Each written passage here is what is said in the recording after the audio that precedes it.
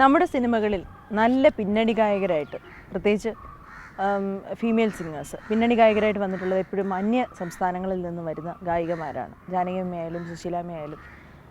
നമ്മുടെ മണ്ണിൽ നിന്നൊരു നല്ല ഗായികയെ ലഭിക്കുക എന്നും മലയാളിയുടെ സ്വപ്നമായിരുന്നു. നമ്മുടെ ആ തിരച്ചിൽ പൂർണ്ണമാകുന്നത് KS ചിത്രയിലൂടെയാണ്. നിങ്ങളോടൊപ്പം കുറേ സമയം ചിലവഴിക്കാൻ ചിത്രചേച്ചിയെ കിട്ടിയത് ഞങ്ങൾ സന്തോഷിക്കുന്നു. സ്വാഗതം. നമസ്കാരം. ദാസേട്ടനോട് ഒരിക്കൽ ചോദിച്ചു, ഇങ്ങനെ നോർത്തിലേക്ക് പോകാനും ഹിന്ദി പാട്ട് പാടാനും ശ്രമിച്ചപ്പോൾ ഉണ്ടായ അദ്ദേഹത്തെ അനുഭവത്തെക്കുറിച്ച് ചോദിച്ചപ്പോൾ അദ്ദേഹം പറഞ്ഞത് ഇന്ത്യയുടെ ഷേപ്പ് തന്നെ ഇങ്ങനെയാണ്. അപ്പോൾ താഴോട്ട് വരുമ്പോൾ എന്ത് കിട്ടിയാലും താഴോട്ട് വരുമ്പോഴത്തേക്ക് ഒന്നും ഉണ്ടാവില്ല. അല്ലെങ്കിൽ ഇവിടെ നിന്ന് മുകളിലോട്ട് പോകാനും അതുപോലെയാണ്. ഫിൽറ്റർ ചെയ്ത് എടുക്കില്ല അങ്ങോട്ട്. എങ്ങനെയായിരുന്നു ഈ നോർത്തിലോട്ട് പോകാനുള്ള ഒരു ഫൈറ്റ്? എങ്ങനെയാണ് അനുഭവിച്ചത്? അല്ല, അങ്ങനെ വലിയ അംഗീകാരം എന്ന് പറയാനില്ല. ഇപ്പം കുറച്ച് പാട്ടുകൾ ഞാൻ പാടുന്നു എന്നുള്ളതേ ഉള്ളൂ. ആദ്യമൊക്കെ മുമ്പ് ഞാൻ തുടക്കത്തിൽ കുറച്ച് ഹിന്ദി ഫിലിംസിൽ പാടിയിട്ടുണ്ടായിരുന്നു ഇടയ്ക്കൊക്കെ. പക്ഷെ അത് പലതും റീപ്ലേസ് ചെയ്യപ്പെട്ടു. അത് പലരും മാറ്റി പാടിയിരുന്നു. അപ്പം അവിടെയൊക്കെ പൊതുവെ പറഞ്ഞു കേട്ടിട്ടുണ്ട്, ഇങ്ങനെ കാസറ്റ് കമ്പനികളുടെ അവരുടെ ആർട്ടിസ്റ്റിനെ കൊണ്ട് തന്നെ പാടിപ്പിക്കണം എന്ന് ഇൻസിസ്റ്റ് ചെയ്യും. അങ്ങനത്തെ ആ എക്സ്ക്യൂസാണ് മ്യൂസിക് ഡയറക്ടേഴ്സ് പിന്നെ നമ്മളോട് പറയാറുള്ളത്. എന്ന് വെച്ചാൽ പാടിക്കഴിഞ്ഞെങ്കിൽ വന്നു കഴിഞ്ഞാൽ പിന്നെ കാസറ്റ് ഇറങ്ങുമ്പോഴേ ഞാൻ അങ്ങനെ എപ്പോഴെല്ലാം അറിയുള്ളൂ. അപ്പോൾ ഇങ്ങനെ ഒരു ഫിലിമിൽ പാടിയിട്ടുണ്ടല്ലോ എന്ന് വിചാരിച്ച് കാസറ്റ് മേടിക്കുമ്പം അതിനകത്ത് ഉണ്ടാവാറില്ല. അപ്പോൾ അതിനുശേഷം ഇൻ്റർവ്യൂകളിലൊക്കെ ഞാൻ കഴിവതും ഞാൻ ഹിന്ദി പാട്ടുകളുടെ പേര് ഞാൻ പറയാറില്ല. വെച്ചാൽ പറഞ്ഞു കഴിഞ്ഞിട്ട് പിന്നെ അതില്ലാണ്ടാകുമ്പോൾ അതൊരു വിഷമാവുമല്ലോ. അങ്ങനെ ഒരുപാട് പ്രാവശ്യം അങ്ങനെ ഉണ്ടായിട്ടുണ്ട്. അപ്പോൾ അതിനുശേഷം അനു മലിക് എന്ന് പറഞ്ഞ ഒരു മ്യൂസിക് ഡയറക്ടറാണ് ഇപ്പോൾ കൂടുതൽ എന്നെ ഹിന്ദിയിൽ പാടിപ്പിക്കുന്നത്. അപ്പം അദ്ദേഹം പറയാറുണ്ട് മുമ്പ്, പിന്നെ എനിക്ക് പണ്ട് മുതലേ നിങ്ങളുടെ പാട്ട് ഇഷ്ടമുള്ള ഒരുപാട് പേരുണ്ട്. പക്ഷേ ആർക്കും ഇത് ഈ കാസറ്റ് കമ്പനികളുടെ ഭരണമായത് കാരണം ആർക്കും ഒന്നും പറയാൻ പറ്റുന്നില്ല. മ്യൂസിക് ഡയറക്ടേഴ്സിന് നിങ്ങളെ പാടിപ്പിക്കണമെന്ന് ആഗ്രഹമുള്ള പലരും ഉണ്ട്. പക്ഷേ ഇപ്പോൾ എനിക്ക് നല്ല അനു മലിക് സാറിന് ഇപ്പം നല്ല പവർ ഹോൾഡ് ഉള്ളതുകൊണ്ട് ഞാൻ പറഞ്ഞ ആൾക്കാർ കേൾക്കും. അതുകൊണ്ട് എനിക്കിപ്പം എനിക്ക് യൂസ് ചെയ്യാം. മുമ്പാണെങ്കിൽ അത് അങ്ങനെ പറയാനുള്ള വോയിസ് ഉണ്ടായിരുന്നില്ല എന്ന് എന്നോട് പറഞ്ഞിട്ടുണ്ട്. രാജശ്രീ ഫിലിംസ്, ലതാ മങ്കേഷ്കർ അല്ലാതെ വേറെ ആരെയും അവർ പാടിക്കില്ല. ലതാജി ഇപ്പോൾ അവരുടെ പുതിയ പാട്ടിൽ ചേച്ചി 9 പാട്ട് പാടിക്കുന്നു പറഞ്ഞു. അപ്പോൾ അത് ശരിക്കും അംഗീകാരം ഇല്ലെന്ന് പറഞ്ഞെങ്കിലും അത് അംഗീകാരമായിട്ട് കണക്കാക്കിക്കൂടെ അല്ലേ? രാഷ്ട്രീയ പിക്ചേഴ്സ് അവരുടെ മുമ്പ് ഞാൻ അവരുടെ മറ്റുള്ള ലാംഗ്വേജസ്, തെലുഗു, തമിഴ്, അവരുടെ എല്ലാ ഫിലിംസും പല ലാംഗ്വേജിൽ ഡബ് ചെയ്യാറുണ്ട്. അപ്പോൾ അതിലൊക്കെ ഞാൻ പാടിയിട്ടുണ്ടായിരുന്നു. അപ്പോൾ അപ്പം പോലെ അവരിങ്ങനെ പറഞ്ഞിരുന്നു ഞങ്ങൾക്ക് ചിത്രാജി എപ്പോഴെങ്കിലും ഒരിക്കൽ പാടി. പക്ഷെ അവർക്ക് പെർമനൻ്റ് ആയിട്ട് ലതാജിയാണ് പാടിയിരുന്നത്. അപ്പം എനിക്ക് തോന്നുന്നു ലതാജി അടുത്ത് പോയി ചോദിച്ച് പെർമിഷൻ മേടിച്ചിട്ടാണോ എന്നറിയില്ല. അതിന് മുമ്പ് വേറൊരു മ്യൂസിക് ഡയറക്ടറിനോടും ലതാജി എന്നെ പാടിപ്പിക്കാൻ പറഞ്ഞു എന്ന് ഞാൻ പറഞ്ഞു കേട്ടു കേട്ടോ. വിശാൽ ഭരദ്വാജ് അദ്ദേഹം ദയ ചെയ്യാൻ വന്ന സമയത്ത് എൻ്റെ അടുത്ത് പറഞ്ഞു, ഇങ്ങനെ മലയാളം ഫിലിം ചെയ്യാനായിട്ട് നാട്ടിൽ പോവുകയാണെന്ന് പറഞ്ഞപ്പോൾ ലതാജി പറഞ്ഞു, ഇങ്ങനെ ചിത്ര എന്ന് പറയുന്നൊരു കുട്ടിയെക്കുറിച്ച് ഞാൻ കേട്ടിട്ടുണ്ട്, എന്നെ പാടിപ്പിക്കണം എന്ന് പറഞ്ഞു. പരിചയപ്പെട്ടിട്ടുണ്ടോ നേരിട്ട്? ഒരിക്കൽ മദ്രാസിൽ വെച്ച് ഒരു ലതാജിക്ക് ഫാൽക്കെ അവാർഡ് കിട്ടിയ സമയത്ത് മദ്രാസ് തെലുഗു അസോസിയേഷൻ ഒരു ഫെലിസിറ്റേഷൻ കൊടുത്തു. അപ്പോൾ ആ സമയത്ത് SP ബാലസുബ്രഹ്മണ്യം സാർ അന്ന് ഉച്ചയ്ക്ക് ഞാനൊരു പാട്ട് സാറിൻ്റെ കൂടെ പാടുന്നുണ്ടായിരുന്നു. അപ്പോൾ ഇങ്ങനെ പറഞ്ഞു, വൈകുന്നേരം ലതാജി വരുന്നുണ്ട്, ഫംഗ്ഷന് പോകണം. അപ്പോൾ എൻ്റെ തിരിച്ച് മീറ്റ് ചെയ്തിട്ടുണ്ട്. ഞാൻ പറഞ്ഞില്ല, ഞാൻ ഇതുവരെ മീറ്റ് ചെയ്തിട്ടില്ല, എനിക്ക് വലിയ ആഗ്രഹമുണ്ട് എന്ന് വെച്ചാൽ അവിടെയൊക്കെ ഭയങ്കര സെക്യൂരിറ്റിയും പാസും ഒക്കെ വേണമെങ്കിൽ അങ്ങനെ നടക്കും. അപ്പോൾ എന്നെ തോന്നുന്നു ശരി, ഒരു കാര്യം ചെയ്യുക, ഇത്ര മണിക്ക് അവിടെ വന്നാൽ മതി, ഞാൻ പരിചയപ്പെടുത്തരാമെന്ന് പറഞ്ഞു. അങ്ങനെ അവിടെ ചെന്ന് കണ്ടു ഇങ്ങനെ. അപ്പോൾ പരിചയപ്പെടുത്തി എന്നെ ഇങ്ങനെ ചിത്ര എന്ന് പറഞ്ഞപ്പോൾ മേനെ സുനാഥ എന്ന് പറഞ്ഞു. എനിക്ക് എന്തൊക്കെയോ ചോദിക്കണമെന്നുണ്ടായിരുന്നു. വെപ്രാളം കൊണ്ട് എനിക്കൊന്നും തൊണ്ടയിലൊന്നും വരുന്നില്ല. എന്തോ ഒരു ശബ്ദം മാത്രമേ ഇങ്ങനെ വരുന്നുണ്ടായിരുന്നു, അല്ലാതെ എനിക്കൊന്നും ചോദിക്കാൻ പറ്റില്ല. അത്രയ്ക്ക് നെർവസ് ആയിപ്പോയി ഞാൻ. കാലിലൊക്കെ തൊട്ട് തൊഴുതു, ആശീർവാദമൊക്കെ തന്നു വിട്ടു. അവർ ഫോട്ടോ എടുത്തു. അത്രയാണ്. പക്ഷേ ഒത്തിരി ആൾക്കാരുണ്ടായിരുന്നു കൂടെ. അപ്പം അധികം ശല്യപ്പെടുത്തരുതല്ലോ എന്ന് വെച്ചിട്ട് ഞാൻ അപ്പം തന്നെ ഫോട്ടോ എടുത്ത് അപ്പം തന്നെ ഇങ്ങനെ പോന്നു. ചേച്ചിയെ കൊണ്ട് പാടിപ്പിക്കണമെന്ന് പറഞ്ഞു അന്ന് ഈ വിശാൽ സാറാണ് എന്നോട് പറഞ്ഞത്. എനിക്ക് ലോകത്തിലേക്ക് കിട്ടാവുന്ന ഏറ്റവും വലിയ അവാർഡായിട്ട് വിചാരിക്കുന്നു ഞാൻ. തീർച്ചയായിട്ടും കോളേജിലൊക്കെ പഠിക്കുമ്പോൾ ലതാജിയുടെ പാട്ടുകൾ, ലതാ മങ്കേഷ്കറിൻ്റെ പാട്ടുകൾ കേട്ട് അത് എനിക്ക് തോന്നുന്നു. വേറെന്നാ, പിന്നെ ഈയിടയ്ക്ക് ഒരു ഹൈദരാബാദിലൊരു പ്രോഗ്രാം ഉണ്ടായിരുന്നു, അതുപോലെ RD ഭവൻ സാറിൻ്റെ പഴയ പാട്ടുകൾ മാത്രം വെച്ചിട്ടൊരു പ്രോഗ്രാം ഉണ്ടായിരുന്നു. അതിനകത്ത് ഇങ്ങനെ ലതാജിയുടെ പാട്ടുകൾ മാത്രമാണ് ഞാൻ പാടിയത്. എനിക്കൊരു 4-5 പാട്ടില്ല, കുറേ പഴയ നല്ല കുറേ പാട്ടുകൾ ആയിരുന്നു അതൊക്കെ. ഏതൊക്കെ പാട്ടുകളായിരുന്നു? റേന ബീത്തി ജായ ഉണ്ടായിരുന്നു, പിന്നെ നാം ഗും ജായേഗ, ഒന്നും പാടാമോ? റേന ബീത്തി ജായ ആ പാട്ട്, പിന്നെ നാം ഗും ജായേഗ, അത് പിന്നെ ഭയ്യനാഥർ വലിയ ഇഷ്ടമാണ്. പക്ഷെ അതൊന്നും പാടിയില്ല കേട്ടോ. അങ്ങനെ കുറേ നല്ല പാട്ടുകളായിരുന്നു അന്ന് പാടിയതൊക്കെ. അപ്പോൾ അത് കുറേ പ്രാവശ്യം ടി വിയിലൊക്കെ കാണിച്ചു. എനിക്ക് തോന്നുന്നു അതൊക്കെ കൂടെ ശേഷമാണ് എന്നെ കുറച്ച് കൂടുതൽ ഹിന്ദിയിൽ വിളിച്ച് തുടങ്ങിയെന്ന് തോന്നുന്നു. പിന്നെ ഒരു ആൽബം ചെയ്തു കേട്ടോ ഹിന്ദിയിൽ, പിയ ബസന്തി എന്ന് പറഞ്ഞിട്ട് ഉസ്താദ് സുൽത്താൻ ഖാൻ. അത് ഭയങ്കര പോപ്പുലറായി. അതിനുശേഷം കുറച്ച് കൂടുതൽ ഓഫേഴ്സ് ഹിന്ദിയിൽ നിന്ന് വന്നത്. MTV അവാർഡ് ശരിക്കും ഒരു മാറ്റമായിരുന്നു തോന്നുന്നല്ലേ? MTV അവാർഡ് കിട്ടിയെന്ന് അനൗൺസ് ചെയ്തു, കണ്ടു എന്നല്ലാതെ ഞാൻ പോയി റിസീവ് ചെയ്തില്ല. എനിക്കൊണ്ട് പിന്നെ എന്ന് വെച്ചാൽ അതല്ല, എവിടെയാണ് നടന്നത്, ന്യൂയോർക്കിലാണ് നടന്ന പ്രോഗ്രാം.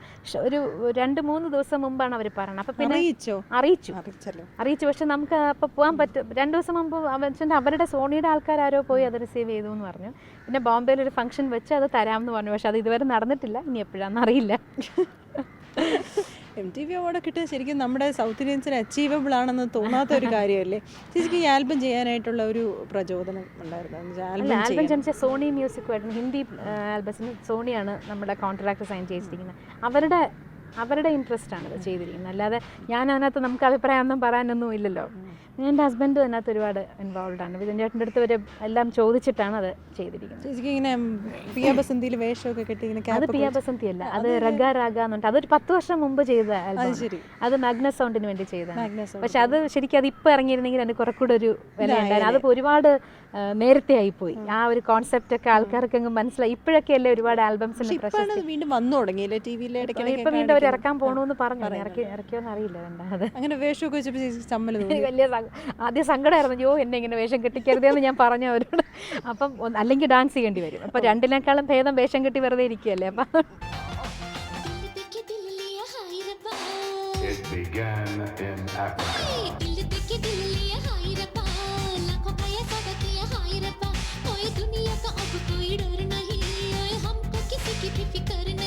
ശരിക്കും ശബ്ദത്തിന് അങ്ങനെ ഒരുപാട് കെയർ കൊടുക്കാറുണ്ടായിരുന്നു കൊച്ചിലെ മുതൽ? ഇപ്പോൾ ഐസ്ക്രീം കഴിക്കില്ല, ചൂടുവെള്ളം കുടിക്കില്ല, അല്ലെങ്കിൽ രാത്രി ഇരിക്കില്ല, മഞ്ഞത്തിരിക്കില്ല, ഇങ്ങനെ ശ്രദ്ധിക്കും?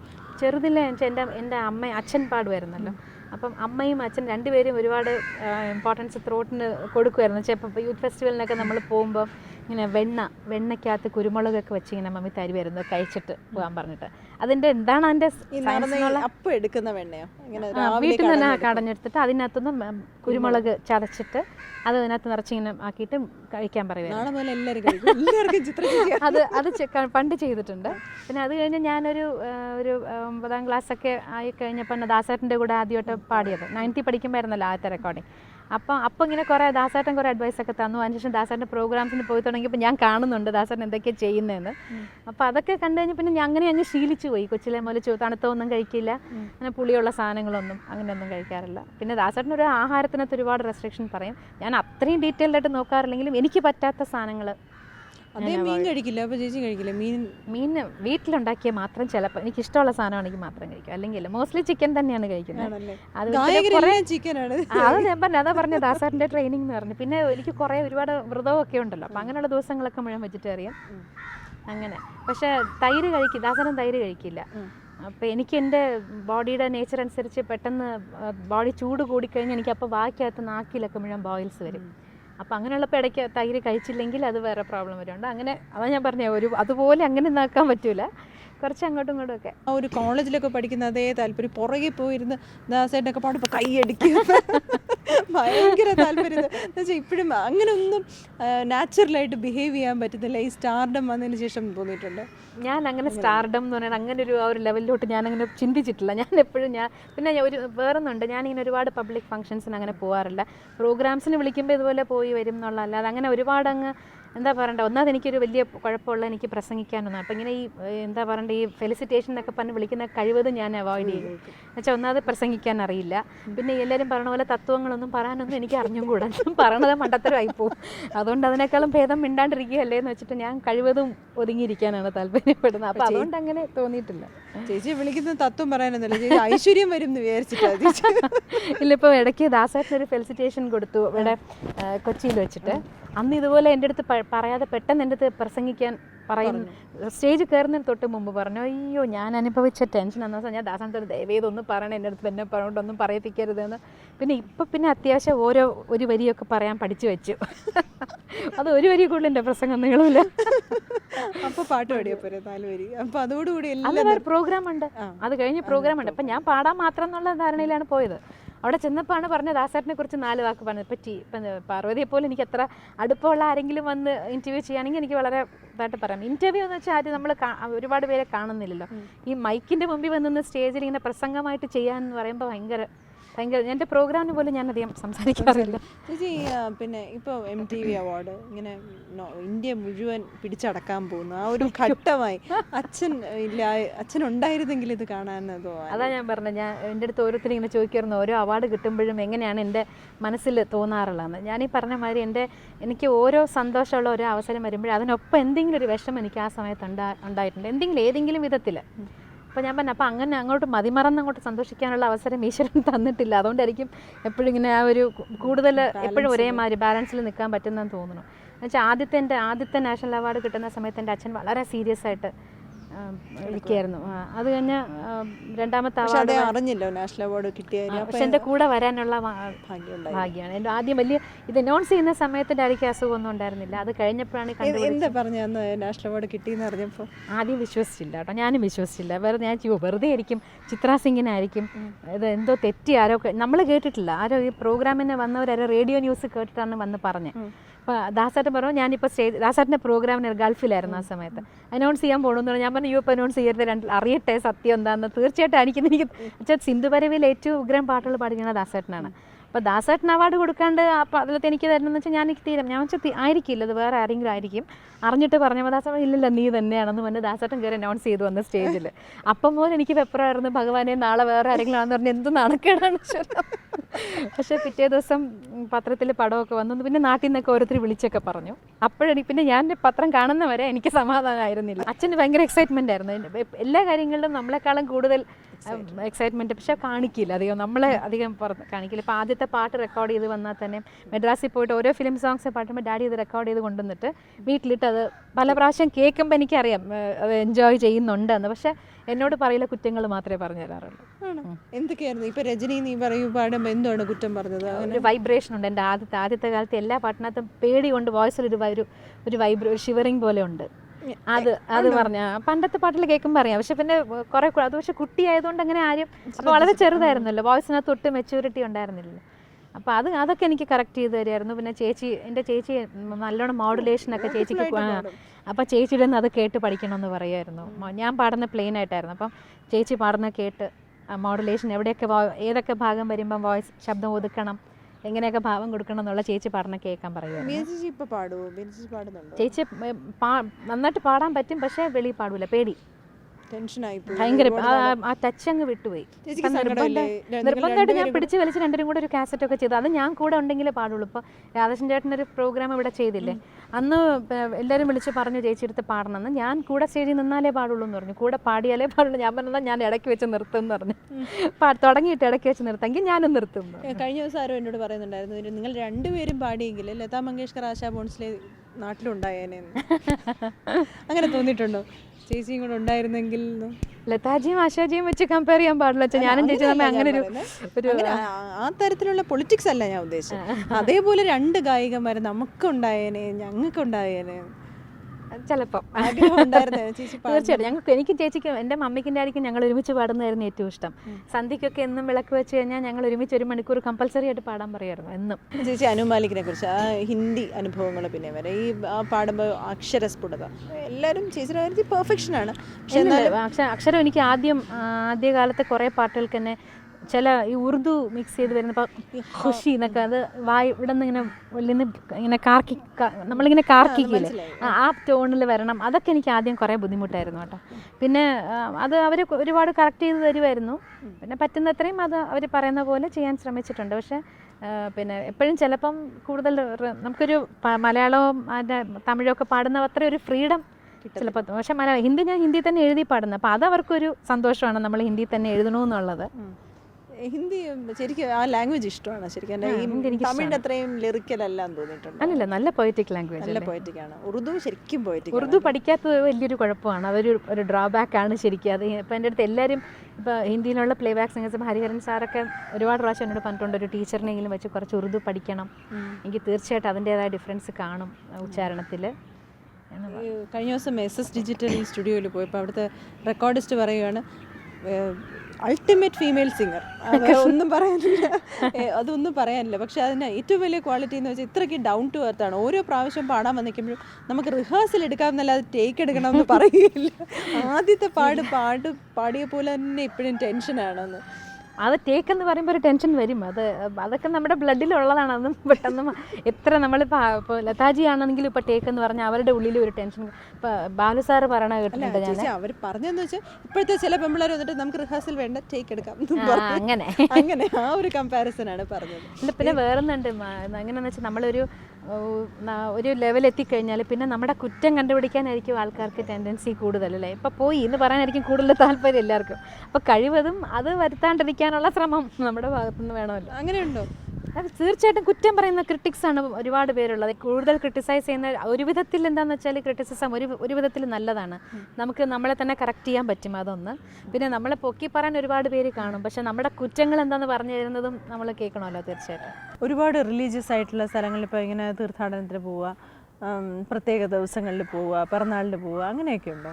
ഇപ്പോൾ ദാസേട്ടൻ പറയാം എല്ലാ വർഷവും ബർത്ത്ഡേക്ക് മൂകാംബികയിൽ പോവും, അങ്ങനെയൊക്കെ. ഞാനങ്ങനെ ബർത്ത്ഡേക്ക് എന്ന് പറഞ്ഞിട്ട് ഞാൻ പോയിട്ടില്ല. പക്ഷേ പിന്നെ മൂകാംബികയിൽ പോകും. ഇനി ഞങ്ങൾക്ക് എപ്പോഴാണ് സൗകര്യം വരുന്നതെന്ന് വെച്ചാൽ ആ സമയം നോക്കി മൂകാംബികയിൽ പോകാറുണ്ട്, ഗുരുവായൂർ പോകാറുണ്ട്.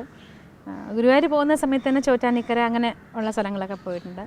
പിന്നെ ബാംഗ്ലൂർ ഇൻഫൻറ്റ് ജീസസ് ചേർച്ച് ഉണ്ട്, അവിടെയും എനിക്ക് വലിയ വിശ്വാസം. പിന്നെ ഒരു സെൻറ്റ് ജൂഡ് ചേർച്ച് എന്നുണ്ട്, അതവിടെ മദ്രാസിൽ തന്നെ, സെയിൻറ്റ് ആൻ്റണീസ് ചേർച്ച്. പള്ളിയിലൊക്കെ പോകും. ഇത് റെഗുലറായിട്ടെന്ന് പറയാം അങ്ങനെയല്ല, ഒരിടത്തും അങ്ങനെ. ഞാനിപ്പോൾ അമ്പലങ്ങളിലാണെങ്കിൽ റെഗുലറായിട്ട് പോകണമെന്ന് പറയാനൊക്കില്ല. വീട്ടിൽ ദിവസവും ഞാൻ വിളക്ക് കത്തിക്കും, പ്രാർത്ഥിക്കുകയൊക്കെ ചെയ്യുന്നുണ്ടെന്നല്ല. അമ്പലങ്ങളിൽ എനിക്ക് എപ്പോൾ പറ്റുന്നതെന്ന് വെച്ചാൽ അപ്പോൾ പോകുന്നുള്ളതേ ഉള്ളൂ. റെഗുലറായിട്ട് അങ്ങനെ പോകും. എൻ്റെ ഹസ്ബൻഡ് പോകും റെഗുലറായിട്ട്. പള്ളിയിൽ പോകുന്ന ശീലം എവിടെ നിന്ന് കിട്ടിയേ? എനിക്ക് ആദ്യം അത് പറഞ്ഞു തന്നായിരുന്നു വെച്ചാൽ ആരാന്ന് എനിക്ക് ഓർമ്മയില്ല. പെട്ടെന്ന് പറഞ്ഞു തന്നു, ഇതുപോലെ നമ്മുടെ എന്തെങ്കിലും ഒരു സാധനം നമ്മൾ എവിടെയെങ്കിലും മറന്നു വെച്ച് കളഞ്ഞുപോയി എന്നുള്ള തിരിച്ചറക്കെങ്കിലും കൊടുക്കേണ്ട സാധനമായിരിക്കും. പ്രത്യേകിച്ച് എൻ്റെ എപ്പോഴും പോകുന്ന കാസറ്റ്സാണ്, ഓഡിയോ കാസറ്റ്സ്. പഠിക്കാനൊക്കെ ആരെങ്കിലും തന്നു കഴിഞ്ഞാൽ അത് എവിടെയെങ്കിലും കൊണ്ടുവയ്ക്കും. അത് അവിടെ നിന്ന് ആരെങ്കിലും എടുത്ത് മാറ്റി കഴിഞ്ഞാൽ പിന്നെ കളഞ്ഞു. അപ്പോൾ അത് തിരിച്ചു കൊടുക്കണമല്ലോ എന്നുള്ള വെപ്രാളത്തെ, അയ്യോ ആരുടെ അടുത്തെങ്കിലും ഞാൻ പലരോട് ഞാൻ നിങ്ങൾക്ക് തന്നോ അവർക്ക് തന്നോ എന്ന് വിളിച്ച് ചോദിച്ചപ്പോൾ എൻ്റെ അടുത്ത് ഇങ്ങനെ ഒരാൾ പറഞ്ഞു, അങ്ങനെ കാണാതെ പോയെങ്കിൽ ഇങ്ങനെ സെൻറ്റ് ജോസഫ്സ് ആ ചേർച്ച്, സെയിൻറ്റ് ആൻ്റണീസ് ചേർച്ചിൽ നേർന്നാൽ മതി. ഉടനെ വിചാരിച്ച പോലെ നേർന്ന ഉടനെ എനിക്ക് കിട്ടി. അപ്പോൾ അതിനുശേഷം ഞാൻ ഇങ്ങനെ ഇടയ്ക്ക് അവിടെ അല്ല ഇവിടെ മദ്രാസിൽ. ബാംഗ്ലൂരിൽ എന്നെ കൊണ്ടുപോയത് ശ്യാം സാറാണ്. ഞാൻ ശ്യാം സാറിൻ്റെ ഒരു ഇൻഫൻറ്റ് ജീസസിന് വേണ്ടിയിട്ടുള്ള ഒരു 30 പാട്ടൊരു ആൽബം, 2-3 വോള്യൂമായിട്ട് 30 പാട്ടുകൾ പാടിച്ചു വന്ന് എന്നെ കണ്ട്. അപ്പോൾ ആ റെക്കോർഡിങ്ങിന് പോയപ്പോൾ ഇതുപോലെ ആ ചേർച്ചിലായിരുന്നു. ഞങ്ങൾ ഇടയ്ക്കിടയ്ക്ക് ആ ചേർച്ചിൽ കൊണ്ടുപോകും. അവിടുത്തെ ഫാദറാണ് അതിൻ്റെ ആൾ. അങ്ങനെ പോയി എനിക്ക് അവിടെ, പിന്നെ വേളാങ്കണ്ണി പോയിട്ടുണ്ട്. ഈ ചില പാട്ട് പാടുമ്പോൾ അതിൻ്റെ രാഗം പാടുമ്പോൾ ഒക്കെ ചില ഇമേജസ് മനസ്സിൽ വരികയായിട്ട്, ഇപ്പോൾ കൃഷ്ണസ്തുതി പാടുമ്പോൾ അങ്ങനെയൊക്കെ അങ്ങനെ തോന്നിയിട്ടുണ്ടോ? അതിപ്പോൾ നമ്മൾ ഓരോ പാട്ടിൻ്റെ ലിറിക്സ് അനുസരിച്ച് ചിലപ്പോൾ നമുക്ക് തന്നെത്താനെ ചില പാട്ടുകൾ പാടുമ്പോൾ നമുക്ക് ഭയങ്കരമായിട്ട് ഒരു വിങ്ങൽ വരും മനസ്സിൽ. എന്ന് വെച്ചാൽ മേ ബി അതിൻ്റെ ലിറിക്സും എല്ലാം കൂടെ ആകുമ്പോഴത്തേക്ക് നമുക്കെന്തോ അങ്ങ് വല്ലാത്തൊരു ഇമോഷൻ തോന്നും ചില പാട്ടുകൾ. ഇപ്പോൾ ഉദാഹരണം പറയാൻ എനിക്ക് ഒരു നേരമെങ്കിലും കാണാതെ വയ്യ, എൻ്റെ ദാസേട്ടൻ്റെ പാട്ടൊക്കെ കേട്ടിട്ടില്ലേ? അത് ഞാൻ എല്ലാവരും പറഞ്ഞു അത് ആണുങ്ങൾ പാടിയ പാട്ട് പെണ്ണുങ്ങൾ പാടരുതെന്ന്. പക്ഷെ എനിക്ക് ആ പാട്ടിനോടുള്ള ഇഷ്ടം കൊണ്ട് ദാസേട്ടൻ അത് പാടണ കേൾക്കും. ആ കാസറ്റ് കേട്ടാൽ ഞാൻ എപ്പോഴും കരയും. അപ്പം അങ്ങനെ പിന്നെ ജാനകി അമ്മ പാടിയൊരു പാട്ടുണ്ട്, എനിക്ക് വലിയ ഇപ്പം കേട്ടാലും ഞാൻ കരച്ചിൽ വരുന്നൊരു പാട്ടാണത്. സ്വർണ്ണമുഖിലെ സ്വപ്നം കാണാറുണ്ടോ, എന്തോ ആ പാട്ട് എന്താ എനിക്ക് തോന്നുന്നു ആ ട്യൂണിൻ്റെ ആയിരിക്കും. വല്ലാതെ അങ്ങനെ മനസ്സിലിങ്ങനെ വിങ്ങൽ വരും. ചിലപ്പോൾ ആ സമയത്ത് ഇങ്ങനെ കരയാൻ തോന്നും നമുക്ക് ആ പാട്ട് കേൾക്കുമ്പോൾ. അങ്ങനത്തെ. അപ്പോൾ ഒരു നേരമെങ്കിലും ഞാൻ എൻ്റെ ഡിവോഷണൽ പ്രോഗ്രാംസിന് ഞാൻ ആര് വേണ്ടെന്ന് പറഞ്ഞാലും ഞാൻ പാടും, എൻ്റെ ഒരു സന്തോഷത്തിന് വേണ്ടി. സന്തോഷം വെച്ചാൽ എനിക്കത് പാടുമ്പോൾ എന്തോ ഒരു വലിയൊരു എന്തോ കൃഷ്ണനോട് അടുത്ത് പോകുന്നു എന്നുള്ളൊരു ഫീലിംഗ് തോന്നാറുണ്ട്. ഗുരുവായൂരപ്പനാണ് അപ്പോൾ മനസ്സിൽ അധികം എപ്പോഴും കൃഷ്ണ എന്ന് തന്നെ എനിക്ക് വായി വരുള്ളൂ. മൂകാംബികമ്മയുടെ വലിയ ഭക്തിയാണ് ഞാൻ എപ്പോഴും. പക്ഷെ എന്ന് വെച്ചാൽ അങ്ങനെ എപ്പോഴും ദൂരം കൂടുതലായതുകൊണ്ട് നമുക്ക് എപ്പോഴും പോകാൻ പറ്റില്ല, സൗകര്യം നോക്കിയല്ലേ പോകാൻ പറ്റുള്ളൂ. ഈശ്വരനെ കുറിച്ച് പറയുമ്പോൾ പിന്നെ നമ്മൾ അടുത്ത് പറയേണ്ടത് ഗുരുവിനെ കുറിച്ചാണ്. ഓമനക്കുട്ടി ടീച്ചറാണെങ്കിലും ഒരു ചേച്ചിയുടെ സ്ഥാനത്ത്, സഹോദരിയുടെ സ്ഥാനത്ത്, അമ്മയുടെ സ്ഥാനത്ത് അങ്ങനെയൊക്കെയാണല്ലോ കണ്ടിരുന്നത്. ഓൻ ചേച്ചി എടുത്തെന്ന് വെച്ചാൽ ഞാനിവിടെ ചെറുതിലേ മുതൽ ഞാൻ 9ാം ക്ലാസ് വരെ പഠിക്കുമ്പോൾ എനിക്ക് കൾച്ചറൽ ടാലൻറ്റ് സെർച്ച് സ്കോളർഷിപ്പ് കിട്ടിയത് സെൻട്രൽ ഗവൺമെൻറ്റിൻ്റെ. അപ്പോൾ അതിന് ഓമൻ ചേച്ചിയായിരുന്നു ഗുരു. അപ്പോഴേ ഞാൻ ഓമൻ ചേച്ചിയുടെ വീട്ടിലത്തെ ഒരു അംഗത്തിനെ പോലെയായിരുന്നു. ഓമൻ ചേച്ചിക്ക് അപ്പോൾ ഒരു മകനുണ്ടായിരുന്നു, മോൻ സുഖമില്ലാത്തൊരു കുഞ്ഞുണ്ടായിരുന്നു. അപ്പം ആ കുട്ടിയെ നോക്കിക്കൊണ്ടാണ് എന്നെ പഠിപ്പിച്ചുകൊണ്ടിരുന്നിരുന്നത്. അപ്പോൾ അങ്ങനെ ആ ഓമൻ ചേച്ചിയോട് എനിക്കൊരു ഭയങ്കര ഒരു ഗുരു ശിഷ്യ ബന്ധം എന്നുള്ളതിനേക്കാളും കൂടുതൽ ഒരു ഓമൻ ചേച്ചിയുടെ മോളും ഞാൻ ഒരുമിച്ച് കളിച്ച് നടന്നിട്ടുണ്ട്. ലക്ഷ്മി ഏട്ടാ. പിന്നെ എൻ്റെ അച്ഛൻ വരുന്ന വരെയും എന്നെ തിരിച്ച് കൊണ്ടുപോകാനായിട്ട് അച്ഛൻ വരുമ്പോൾ ചിലപ്പോൾ 7-8 മണിയൊക്കെ ആവും. അതുവരെ ഞാൻ ആ വീട്ടിലിരിക്കും, സ്കൂൾ വിട്ട് കഴിഞ്ഞാൽ അത്രയും നേരം. അപ്പം അങ്ങനെ അവിടുത്തെ ഒരു മെമ്പർ തന്നെയായിരുന്നു ഞാൻ. ആദ്യം ഇങ്ങനെ ചെല്ലുമ്പോൾ ആദ്യം ടീച്ചറെ കാണുമ്പോൾ ഒരു പകച്ചു നിൽക്കൽ, പിന്നെ ആ കൂട്ടായി ആ ഒരു സ്നേഹം ബന്ധം ഉണ്ടായതിനെ കുറിച്ച് ഒന്ന് പറയും. അല്ല, ഓമൻ ചേച്ചി അങ്ങനെ എന്നോടൊരു സ്ട്രിക്റ്റ് ആയിട്ട് ഇരുന്നിട്ടില്ല. ആദ്യം മുതൽ എന്നോട് വലിയ സ്നേഹമായിട്ടൊരു ചേച്ചിയെ പോലെ തന്നെയായിരുന്നു പെരുമാറിയിരുന്നതൊക്കെ. തുടക്കത്തിൽ എനിക്കൊരു ചെറിയ പേടിയാണ്. പക്ഷേ രാജൻ ചേട്ടൻ്റെ ഫാമിലി എല്ലാവരെയും കൊച്ചിലെ മുതലേ നമുക്കറിയാം. എൻ്റെ അച്ഛനൊക്കെ വലിയ അടുപ്പമായിരുന്നു. അതുകൊണ്ട് കൊച്ചിലെ മുതൽ തന്നെ അറിയാം. അതുകൊണ്ട് അങ്ങനെ ഒരു വേറൊരു വീട്ടിൽ പോയി എന്നുള്ളൊരു തോന്നലുണ്ടായിരുന്നില്ല. പറയും ഒരു പാട്ട് ഇങ്ങനെ 4 മിനിറ്റ് ഉള്ള പാട്ടാണെങ്കിൽ ചേച്ചിക്ക് 4 മിനിറ്റ് മതി പഠിക്കാൻ. അങ്ങനെ പിന്നെ പഠിക്കാനൊക്കെ എപ്പോഴും എല്ലാവരും എടുക്കുന്ന പോലത്തെയൊക്കെ സമയമൊക്കെ ഞാൻ ടീച്ചർ പറഞ്ഞതാണ്. എന്ന് വെച്ചാൽ ഒരു കീർത്തനം പറഞ്ഞു കൊടുത്ത് പിറ്റേ ദിവസം വരുമ്പോൾ അത് തറവാണ്. അത് വീട്ടിലും പഠിപ്പിക്കുമല്ലോ. വീട്ടിൽ അച്ഛനും വളരെ സ്ട്രിക്റ്റ് ആയിട്ട് പഠിക്കുന്ന അന്നൊന്ന് ഞാൻ നല്ല വിളക്ക് എത്തിച്ച് കഴിഞ്ഞാൽ പാടാൻ പറയുന്നൊക്കെ. പക്ഷേ ഇതുപോലെ സ്കൂളിലുള്ള ദിവസങ്ങളിൽ ഇതുപോലെ ഞാൻ ലേറ്റായിട്ടാണ് വരുന്നതെങ്കിൽ വന്നു കഴിഞ്ഞാലും പക്ഷെ പാടിയിട്ട് സമ്മതിക്കുള്ളൂ. ഈ ക്ലാസ്സിൽ നല്ല മാർക്ക് വാങ്ങിക്കായി അങ്ങനെയൊക്കെ അക്കാഡമിക്കായിട്ട് നോക്കുന്നതിനേക്കാളും പാട്ട് പാടുക അങ്ങനെയായിരുന്നു താല്പര്യം? വീട്ടിൽ വെച്ചാൽ നമ്മുടെ വീട്ടിൽ എപ്പോഴും ഒരു പാട്ടിൻ്റെ അറ്റ്മോസ്ഫിയർ എപ്പോഴും ഉണ്ടാവുമായിരുന്നു. ക്ലാസ്സിൽ മാർക്ക് കുറഞ്ഞാലും കുഴപ്പമില്ല, പാട്ട് അല്ല അതിനും ക്ലാസ്സിൽ മാർക്ക് കുറഞ്ഞാൽ അടിയും ചീത്തയൊക്കെ ഉണ്ട് കേട്ടോ. അതൊക്കെ ഉണ്ട്, അതൊക്കെ ഇഷ്ടംപോലെ കിട്ടിയിട്ടുണ്ട്. ക്ലാസ്സിൽ എന്തായിരുന്നു ഇഷ്ടമുള്ള സബ്ജക്റ്റ്? ക്ലാസ് ഞാൻ വെറും ഒരു ആവറേജ് സ്റ്റുഡൻ്റ് ആയിരുന്നു. ഞാൻ ഭയങ്കര ബ്രൈറ്റ് ഒന്നും ആയിരുന്നില്ല. അല്ല അതല്ലേ ഇപ്പോൾ ഒരുപാട് പേര് കാണും. അപ്പോൾ ചേച്ചി മാതൃകയാക്കി സ്വീകരിക്കുന്നത് സംഗീതത്തെ സ്നേഹിക്കുമ്പോൾ മറ്റ് സബ്ജക്ട്സിൽ പുറന്നോട്ട് നിൽക്കുന്നവർക്ക് അങ്ങനെയുള്ളവർക്ക് ഒരു ഉപദേശം കൊടുക്കാൻ കാണില്ല. എന്ന് വെച്ചാൽ ഇതൊന്നും അല്ല അവനവൻ്റെ പറഞ്ഞ മാതിരി താല്പര്യം. അത് പറഞ്ഞ ഇപ്പം പരീക്ഷയുടെ സമയത്ത് മമ്മി ഇതുപോലെ വെളുപ്പിനെ വിളിച്ച് നടത്തി വിടും പഠിക്കാൻ പറഞ്ഞിട്ട്. അപ്പം ഇരുന്ന് ഉറങ്ങുമ്പോൾ പറഞ്ഞിട്ട് നടക്കാൻ പറയും. അപ്പം മുറ്റത്ത് ബുക്കും കൊണ്ടിങ്ങനെ നടക്കുമ്പോൾ രാവിലെ അമ്പലത്തിൽ പാട്ട് വെക്കില്ലേ, എൻ്റെ നോട്ടം മാത്രം ബുക്കിലായിരിക്കും, എൻ്റെ ശ്രദ്ധ മുഴുവൻ അതിൽ.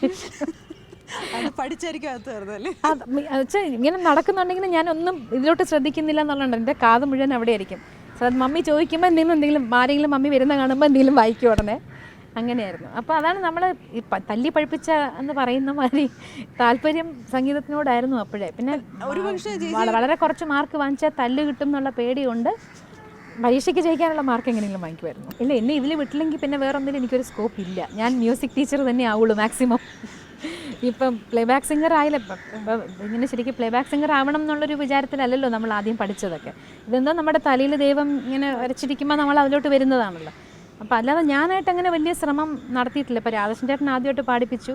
അപ്പോൾ അതിലൊരു പാട്ട് ദാസേട്ടനുമായിട്ട് ദാസേട്ടൻ്റെ കൂടെ പാടി. അങ്ങനെ ദാസേട്ടൻ്റെ പ്രോഗ്രാമിന് എന്നെ വിളിച്ചു. ആ പാടാൻ പോകുന്നതിൻ്റെ ആ ഒരു ഫീലിംഗ് ഒന്ന് പറയാമോ? കേക്കെന്ന് പറയുമ്പോൾ ഞാൻ മറന്നുപോകും, പല്ലിയുടെ ട്യൂൺ മറന്നുപോകും. അപ്പോഴേക്കങ്ങ് മുഖത്ത് ചോരെല്ലാം കൂടെ ഇരച്ച് കയറും വെപ്രാളം കൊണ്ട്. അങ്ങനെ ഒരു ഇത് പണ്ടുണ്ടായിരുന്നു കേട്ടോ, ആ ഒരു ഭയം. അതിൻ്റെ ആ ഭയത്തിൻ്റെ കണ്ടിന്യൂഷനാണ് ഇപ്പോഴും ഞാൻ പറഞ്ഞില്ല.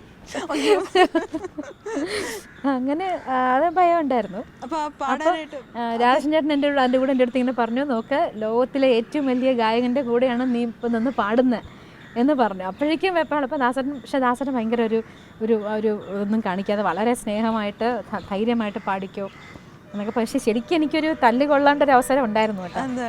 എന്താണ് ജോൺസൺ മാഷിൻ്റെ ഒരു പാട്ട്, എന്താ കേൾക്കാത്ത ശബ്ദം എന്ന് പറഞ്ഞ ഫിലിമിൽ. അപ്പോൾ ജോൺസൺ മാഷിനെ ഞാൻ ആദ്യമായിട്ട് പാടുകയാണ്. അപ്പോൾ അന്ന് ഇതുപോലെ ഒരു ഹമ്മിങ് ആയിരുന്നു. ഇതുപോലെ ടേക്ക് എന്ന് പറയുമ്പോൾ ഞാൻ പറഞ്ഞ പോലെ ആ സ്ഥലം വരുമ്പോൾ ഞാൻ ഹമ്മിങ് മറന്നു പോകും. കുറേ പ്രാവശ്യമായി കേട്ടോ. ആ സ്ഥലം എത്തുമ്പോൾ ഞാൻ മറന്നു പോകണം. അവസാനം എനിക്ക് തന്നെ ചോദിച്ചാൽ എന്ത് മോശമായി കാണിക്കുന്ന സ്വരമൊക്കെ എഴുതി വെച്ചിട്ടുണ്ട്, എന്നാലും അവിടെ വരുമ്പോൾ എൻ്റെ തല അങ്ങ് ബ്ലാങ്ക് ആയി പോകണം. കുറേ ടേക്ക് ഞാൻ കാരണമായി കേട്ടോ അന്ന്. അപ്പോൾ എനിക്കങ്ങ് ശരിക്കും വിഷമമായി. ഈശ്വര, ദാസേട്ടൻ ജോൺസൺ മാഷ് അവസാനം എന്നോട് നേരിട്ട് പറയാതെ ദാസേട്ടനോട് പറഞ്ഞു, ദാസേട്ടൻ ആ കുട്ടിയോട് നേരെ പാടാൻ പറയുമെന്നൊക്കെ. അവസാനം ഓൾമോസ്റ്റ് കരച്ചിലിൻ്റെ വക്ക് വരെ എത്തി ഞാൻ. പക്ഷേ അതെങ്ങനെ അവസാനം. അപ്പോൾ ഞാൻ പറയായിരുന്നു, ശരിക്കും ഇപ്പോൾ ഇത്ര ദാസേട്ടൻ ലെവലിലൊക്കെ ഒരാൾ ഇത്രയും പ്രാവശ്യം ഒരു ജൂനിയർ ഇപ്പോൾ പാടിത്തുടങ്ങുന്ന കുട്ടിക്ക് വേണ്ടി പാടേണ്ട ആവശ്യമൊന്നുമില്ല. ഒരു മുறை வந்து பார்த்தாயா തജം തജം തഗജം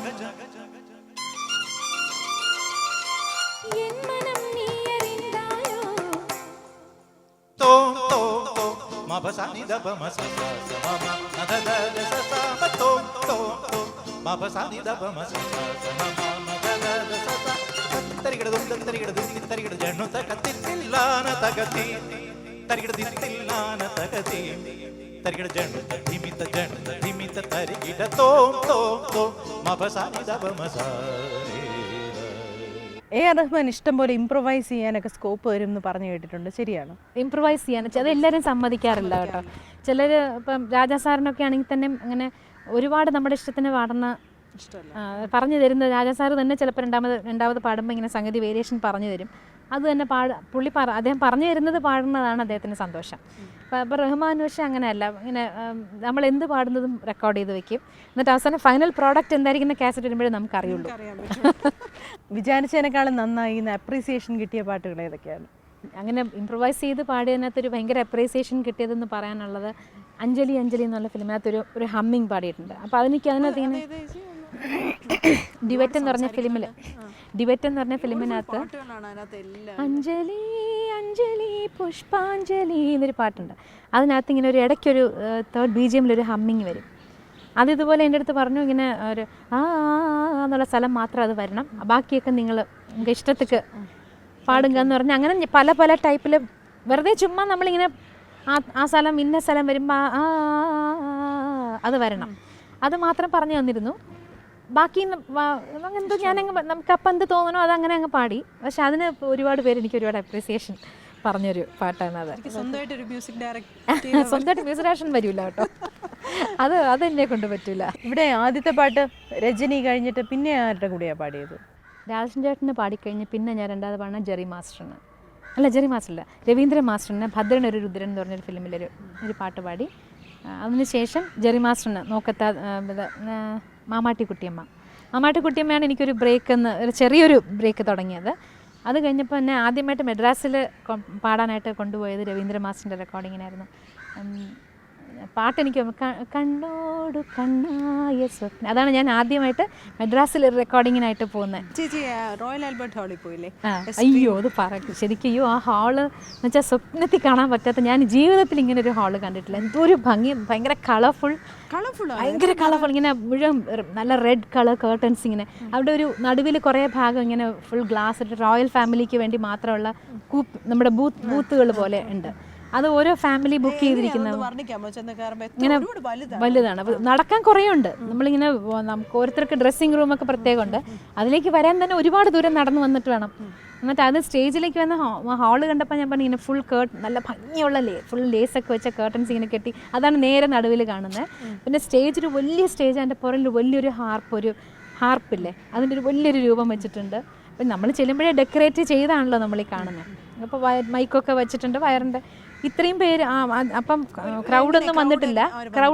ഞങ്ങൾ റിഹേഴ്സലിനും ചെല്ലുമ്പോൾ എക്കോയേ ഇല്ല, ഒരു പൊടി എക്കോ ഇല്ല. അല്ല, ഒരു ഭയങ്കര വലിയ നല്ലൊരു ഹാളായിരുന്നു. ഏതായിരുന്നു പാടിയത് അന്ന്? തമിഴും മലയാളവും, പിന്നെ ബാലസാറിൻ്റെ കൂടെ ഒരു തെലുങ്ക് പാടി, അത്രേ പാടുള്ളൂ. ഹിന്ദി ദാസേട്ടൻ പാടിയിരുന്നു. വേറെ സോളോ ഏതായിരുന്നു? ഞാനന്ന് ഏതൊക്കെയാണ് പാടിയത് മറന്നുപോയി. അത് ദാസാറും പറഞ്ഞു ഭയങ്കര ഒരു എക്സ്പീരിയൻസ് ആണ്. ദാസേട്ടനും ഭയങ്കര എക്സൈറ്റഡ് ആയിരുന്നു കേട്ടോ ആ പ്രോഗ്രാമിന്. ദാസേട്ടൻ പറഞ്ഞു എന്ന് പറഞ്ഞു, ആ റോയൽ ആൽബർട്ട് ഹാളിലാണ് ദാസേട്ടൻ പാടിയിട്ടില്ലാത്ത ഇതുവരെ. അതുകൊണ്ട് ഞാൻ അടുത്തൊരു പ്രോഗ്രാം രണ്ടിനും ചെയ്യുന്നെങ്കിൽ അവിടെ ചെയ്യണം എന്ന് പറഞ്ഞു. അങ്ങനെയാണ് അവർ ആ ഹാള് കിട്ടാനും ബുദ്ധിമുട്ടാണ്. വർഷത്തിൽ ഇവിടുന്ന് ശരിക്കും സൗത്ത് നിന്ന് ദാസേട്ടൻ പോകുന്നതിന് മുമ്പ് അവിടെ പോയി പെർഫോം ചെയ്തിരിക്കുന്ന ലതാജിയും പണ്ഡിറ്റ് രവിശങ്കർ സാറും മാത്രമേ ഉള്ളൂ, വേറെ ആരും പോയിട്ടില്ല. അപ്പം അതൊരു വലിയൊരു, പിന്നീട് യോഗ്യതയുള്ള 3 പേരും പോയി. യോഗ്യതയുണ്ടോ ഇല്ല എന്നുള്ളല്ലേ, ഏതായാലും അങ്ങനെ ഒരു ഇത് കിട്ടി, ഒരു ഓപ്പർച്യൂണിറ്റി കിട്ടി എന്നുള്ളതാണ്. വലിയ സന്തോഷമായില്ലേ? ആ ഹാള് കണ്ട എനിക്കൊരു നല്ലൊരു ആൽബം ഒക്കെ തന്നു അവരതിൻ്റെ. അത് വന്ന് കാണുന്നവരൊക്കെ അയ്യോ ഇത് എടുക്കാൻ പറ്റുമോ, ഞാൻ പറഞ്ഞു ഞാൻ തല്ലിക്കൊന്നാൽ ഞാനിത് തരൂല, ഇതെനിക്ക് വേണം എന്ന് പറഞ്ഞ് അങ്ങനെ വെച്ചിട്ടുണ്ട്. ഇവരുടെ രണ്ടുപേരുടെ ക്യാരക്ടേഴ്സ് രണ്ടും ഡിഫറെന്റ് അല്ലേ? ഇപ്പൊ SP ദാസേട്ടനും പക്ഷെ അവര് പക്ഷെ ബാലസാറിന്റെ കൂടെ നിൽക്കുമ്പോൾ രണ്ടുപേരും വളരെ ഫ്രീ ആയിട്ടാണ് ഞാൻ സ്റ്റേജിലൊക്കെ കണ്ടിട്ടുള്ളത്. രണ്ടുപേരും ഡിഫറെന്റ് അല്ലേ? ഇപ്പോൾ ദാസേട്ടൻ SP ഇത് രണ്ടുപേരുടെയും സ്വഭാവങ്ങളിൽ ഒരുപാട് വ്യത്യാസമല്ലേ? ബാലസാർ പൊതുവെ കുറെ കൂടെ ഇങ്ങനെ ഒരുപാട് സംസാരിക്കുകയും കൂടുതൽ ബഹളം, റെക്കോർഡിങ്ങിൻ്റെ ഇടയ്ക്ക് തന്നെ തമാശ പറയുകയും അങ്ങനത്തെ ഒരു നേച്ചറാണ് ബാലസാർ. വലിയൊരു സീരിയസ്നെസ് തോന്നിയിട്ടില്ല ദാസേട്ടൻ. പക്ഷെ പാടി തുടങ്ങി കഴിഞ്ഞാൽ പക്ഷെ കളി തമാശയൊക്കെ ഉണ്ട് കേട്ടോ, തമാശയൊക്കെ പറയുകയൊക്കെ ചെയ്യും. അതൊക്കെ അതിന് മുമ്പ് പാടി തുടങ്ങി കഴിഞ്ഞാൽ പിന്നെ ദേവരായ മാസ്റ്റർ ഭയങ്കര ചിട്ടയായിട്ടല്ലേ? അത് എങ്ങനെയായിരുന്നു ആ ഒരു അദ്ദേഹവുമായിട്ടുള്ള എക്സ്പീരിയൻസ്? മാസ്റ്ററിന് ഞാൻ ആദ്യം പാടാൻ പോകുമ്പോൾ മാസ്റ്ററും എൻ്റെ അച്ഛനും ഒരുമിച്ച് ഉണ്ടായിരുന്നതാണ് ഒരേ സമയത്ത്. അപ്പം ആദ്യമായിട്ട് പാടാൻ പോകുമ്പോൾ ഞാൻ മാസ്റ്ററിനെ കുറിച്ച് ഞാൻ മുമ്പ് എല്ലാവരും പറഞ്ഞു കേട്ടിട്ടുള്ളൂ, മാസ്റ്റർ ഭയങ്കര സ്ട്രിക്റ്റാണ് റെക്കോർഡിങ്ങിൽ. അപ്പോൾ എനിക്ക് ഭയങ്കര പേടിയായിരുന്നു പാടാൻ ചെല്ലും. പക്ഷെ പറഞ്ഞ കൃത്യസമയത്തൊക്കെ ചെന്നു, മാസ്റ്റർ പാട്ടൊക്കെ പഠിപ്പിച്ചു തന്നു. പക്ഷേ പാടിക്കഴിഞ്ഞാൽ വലിയ സ്നേഹമായിരുന്നു, വലിയ കാര്യമായിട്ട്.